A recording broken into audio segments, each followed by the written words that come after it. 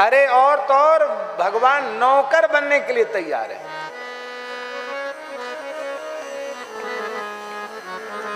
भक्त त्रिलोचन जी का चरित्र आता है।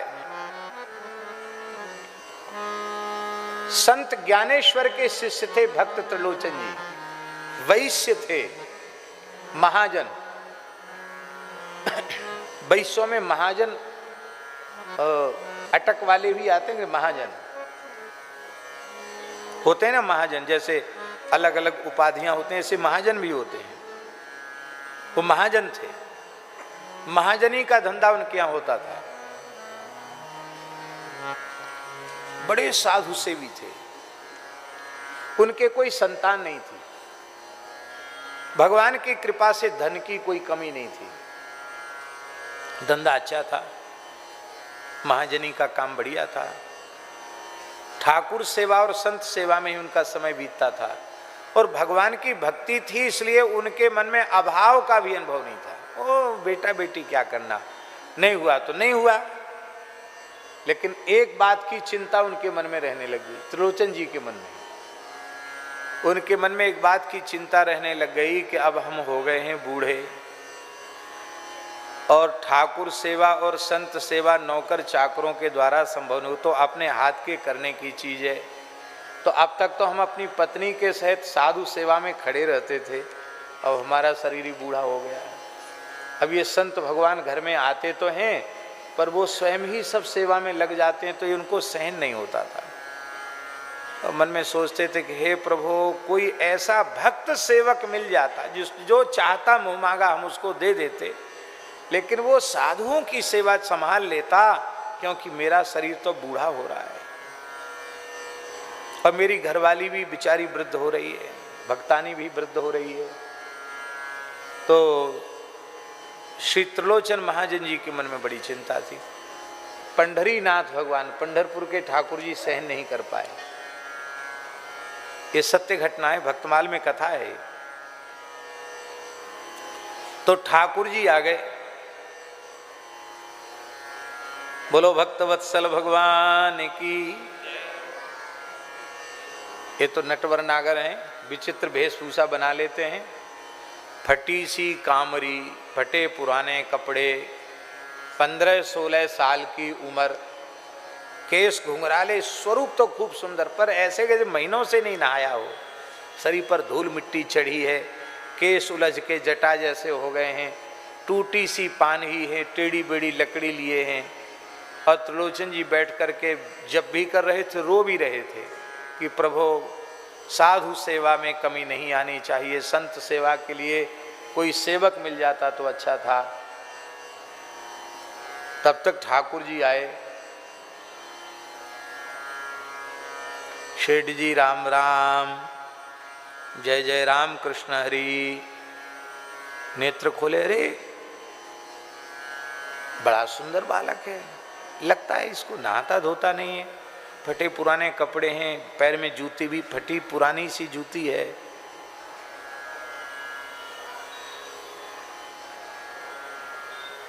कहा बेटा तुम्हारा नाम क्या है? अरे बोले बाबूजी हमारा नाम सुन के क्या करोगे? नहीं नहीं, नाम तो जरूरी है बताना, क्या नाम है? तो ठाकुर जी ने नाम बताया, अंतर्यामी, हमारा नाम अंतर्यामी है। अरे वाह जी वाह, नाम तो बहुत बढ़िया है तुम्हारा अंतर्यामी, तो सबके अंतर की जानते होगे। तो भगवान मुस्कुरा गए, कुछ बोले नहीं। पर अच्छा तुम कहाँ रहते हो? तो भगवान बोले कि अब हम कहाँ बता दें कि हम कहाँ रहते हैं, माने भगवान तो सब जगह रहते हैं, तो कैसे बतावें कहाँ रहते हैं? अग जग में प्रभु सब रहित विरागी, प्रेम ते प्रभु प्रगटई, जिमि आगी हरि व्यापक सर्वत्र समाना। भगवान बोले अब जहाँ हम हैं वहीं समझ लो हम हैं, बाकी हम क्या पता ठिकाना बताएं कि हम कहाँ रहते हैं। तो त्रिलोचन जी के मन में आया कि ये अनाथ बालक है, इसका घर द्वार बेचारे का नहीं है। बोले तुम्हारे माता पिता का परिचय? तो भगवान बोले हमारे मैया बाप होते तो हमारी ये हालत होती। हाँ ये भी बात ठीक है, मैया बाप होते तो ये हालत नहीं होती। ये उत्तर भगवान ने इसलिए दिया कि सबके मैया बाप तो वो खुद ही हैं, उनका कौन मैया बाप होगा। ये तो लीला में भले ही किसी को पिताजी माताजी बना लें, वस्तुतः सबके पिता तो वही हैं, जगत पिता हैं। तो ऐसे क्यों भटक रहे हो? तो ठाकुर जी बोले कि लोग किस लिए भटकते हैं आप बताइए।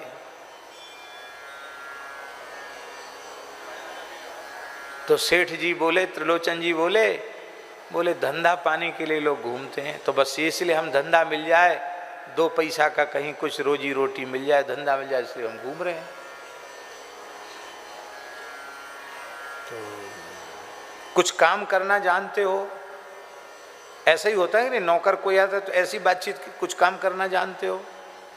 किस काम में तुम्हारी योग्यता है?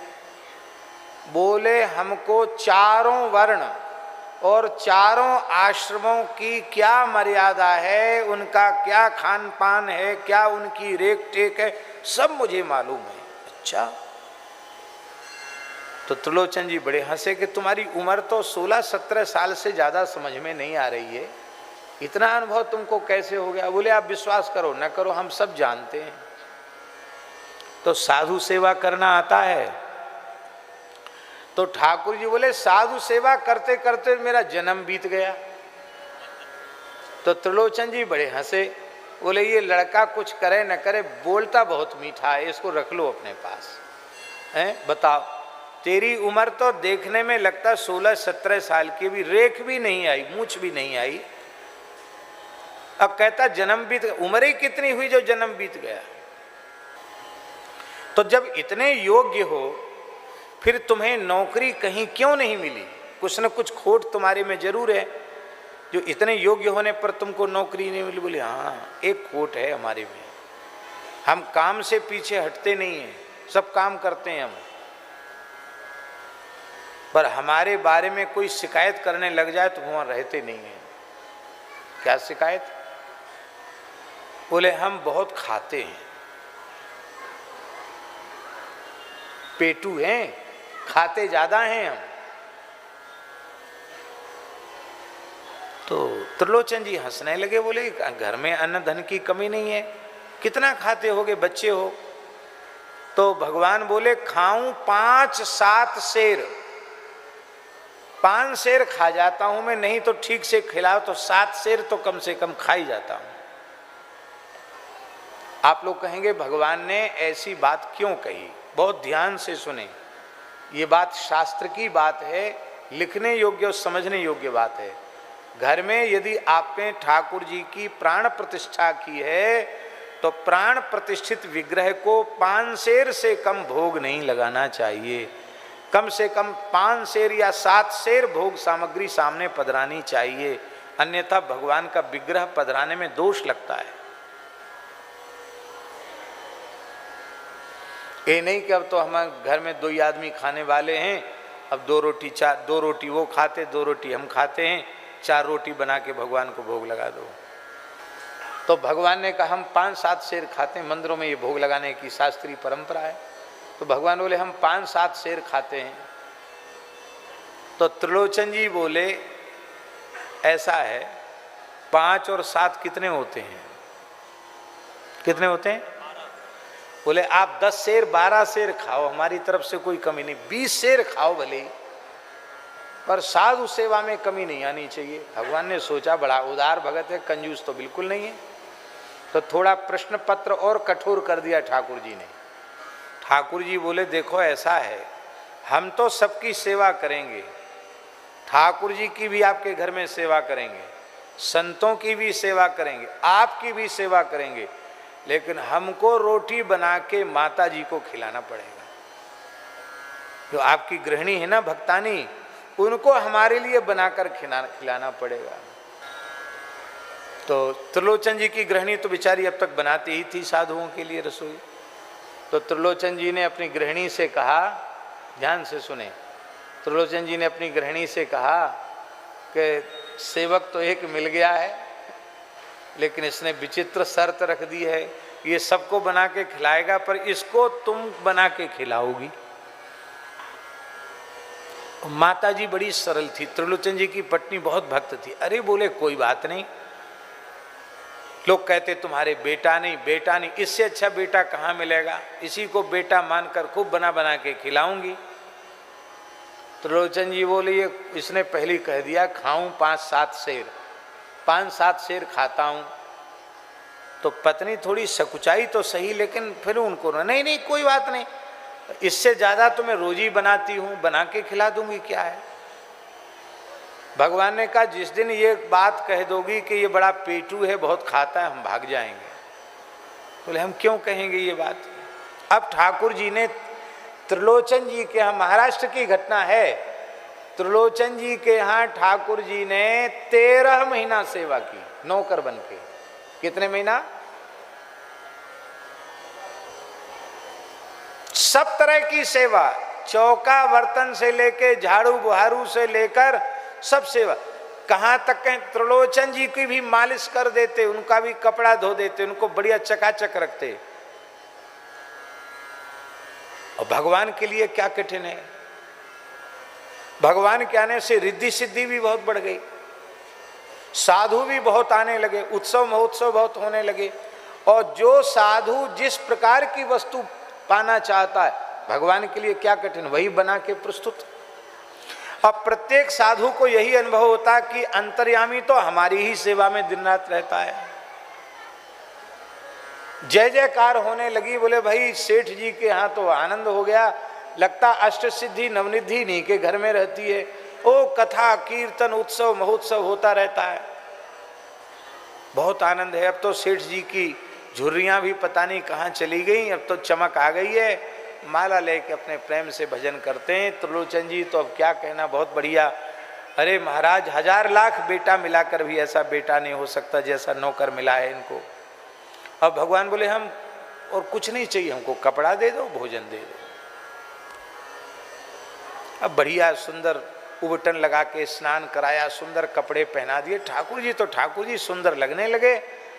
13 महीना सेवा करते करते बीत गया। एक दिन त्रिलोचन जी की गृहिणी पड़ोस में गई तो माताओं में चर्चा होती ही है।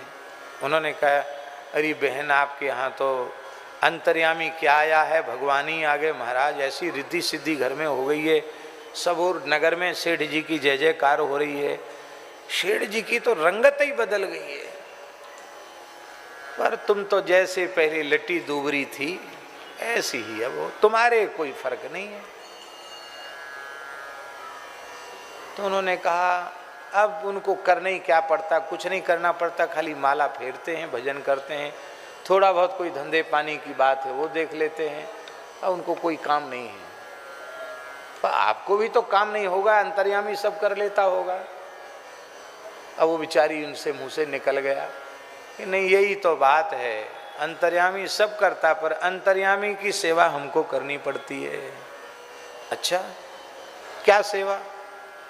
हाथ पांव दबाना, कपड़ा धोना, वो ये कुछ नहीं, उसको भोजन कराना पड़ता है बना के। अरे बहन क्या खाता होगा, 16-17 साल का ही तो लड़का है, 2-4 रोटी खाता होगा। अरे कुछ मत पूछो, 5 शेर 7 शेर एक बार में ही जय सिया राम वो खा जाता है। अच्छा देखने में तो नहीं लगता कि इतना खाता है। हाँ खाता तो खूब है। अभी बेचारी उसके मुंह से निकल गई। ठाकुर जी अंतर्धान हो गए। ठाकुर जी जब अंतर्धान हो गए तो त्रिलोचन जी बहुत दुखी हुई, उनकी पत्नी बहुत दुखी हुई, खाना पीना छोड़ दिया, रोने लगे। घर घर जाके पूछते मेरा अंतर्यामी कहाँ है। अंत में निश्चय किया प्राण ही त्याग देंगे तो साक्षात ठाकुर जी आ गए। बोले हम तो सदा से संतों की नौकरी करते हैं, हम आज भी तुम्हारे नौकर बनकर आने के लिए तैयार हैं। अब तो और रोने लगे त्रिलोचन जी। बोले जगन्नाथ जगतपति लक्ष्मीपति वैकुंठनाथ को, रुक्मिणी नाथ को मैंने अपने घर में नौकर बनाकर रखा, मेरे पैर दबाए आपने, मेरे बर्तन साफ किए, रसोई बनाई। प्रभु मैं बहुत अधम हूँ। भगवान ने कहा, हृदय से लगाया, बोले हम तो बहुत प्रसन्न हैं तुम्हारे ऊपर। श्री भक्तमाल में नाभाजी ने त्रिलोचन जी को चंद्रमा कहा है, भक्त जगत का चंद्रमा, भक्त नक्षत्र के समान है। तो इस कलिकाल के भक्तों में नाम त्रिलोचन शिष्य सूर शशि सदृश उजागर, नामदेव जी का भक्ति जगत का सूर्य कहा और त्रिलोचन जी को भक्ति जगत का चंद्रमा कहा। श्री त्रिलोचन जी के पद गुरु ग्रंथ साहब में है। सिखों का पवित्र ग्रंथ जो गुरु ग्रंथ साहब है, उसमें भी श्री त्रिलोचन जी के पद सम्मिलित किए गए हैं, नामदेव जी के पद भी सम्मिलित किए गए हैं।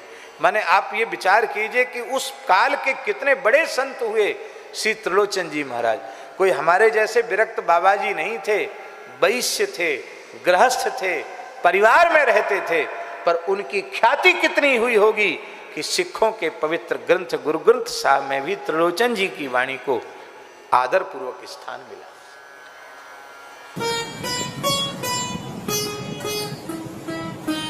श्री सीताराम प्रतिदिन सत्संग एवं दर्शन के लिए श्री महाराज जी के ऑफिशियल चैनल को जरूर सब्सक्राइब करें।